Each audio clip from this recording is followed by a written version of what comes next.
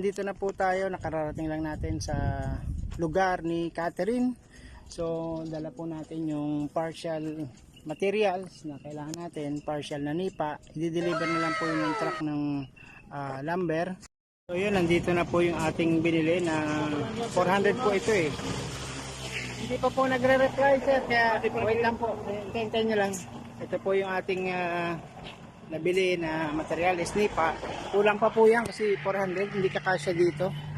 Mahirapan po tayo, kaya di-deliver na lang po yan. Ito po yung ating nabiling alambre at saka pako. So papunta na po tayo ngayon sa Lanik. So ngayon ay eto, matanaw nyo po, doon po sa dulo yung bahay nila.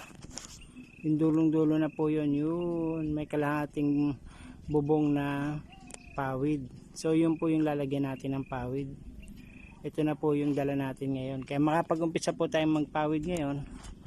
And the other day, kapag pre na po si Jonel, ay siya na rin po yung gagawa ng kanilang CB para sa kusina. Ayan, nandito na po si Jonel.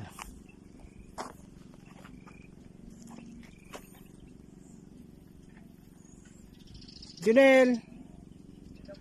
Diyan na lang. Ayun, doon ko na lang daw dalhin yung motor, tricycle. Para i-discarga yung ano. Kasi maputik dito, maputik. May putik din. Sige. Ito na si Jonel, giliw kong manonood. Yan, kukunin namin yung materials dito, ibababa natin. Po, Sir Ruel lipat, nandito na yung aming nipa. Partial 100 po yung isinakay ko dito sa tricycle kasi hindi kaya nung pangkalahatan. I-deliver naman po daw nila yung plywood kasama ng 300 na nipa. So kasi ito pong si ngayon ay nag day off, buti day off ka. So andyan na yung mga materyales, so paunti-unti kinakabit mo yan sa tulong ni Catherine pag available na siya. Buti nga may motor ka na din, Lugang mo pa yan, sir. Meron pa yan. Binili mong repo. Repo. Ayun. Tinatsagaan ko, sir, kasi klase yung dalawa. Dead sundo. Anong trabaho mo sa farm, Jonel? Po, ang pupulot ng itlog.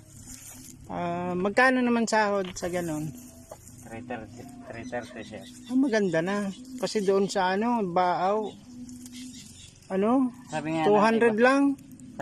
Sabi nga sir ng iba, mababa daw yung sahod namin. Mababa pa daw yun. Kasi yung minimum rate baga dito sa Bicol. Magkano na? Sa provincial rate, 395. 395 na? Ganun ba? Kaso, wala kami Walang choice, trabaho lang. Kaya tsagaan pa nga. May pako yung iba niyan, mag-ingat ka. Para man lang kaysa umasa.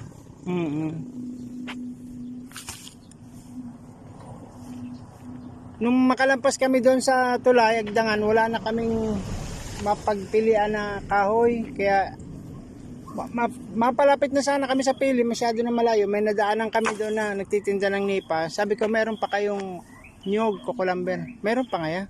Kaya lang, ito na, hindi na makakapamili. Okay naman kako yan kasi kubo ang gagawin. Kaya na yan. Meron pang nilagay na 2x3. Tama-tama yan sa kusina mo.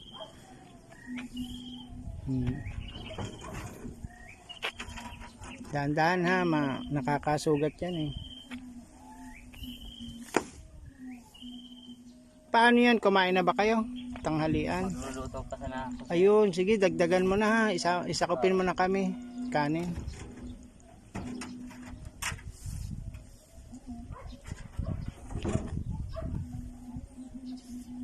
Ikaw tuloy lahat, mula nung dinala mo na siya dyan, ikaw lahat.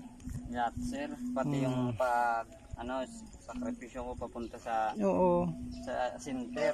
Talagang kaya mo yan. Galing po kami, sir, Baaw, sir, kasi kung dito kami hihintay ng mga nagsya, baka sa kalsada pa lang lumabas na lumabas na si Bibi. Buti nga doon kayo sa San Jose ng anak.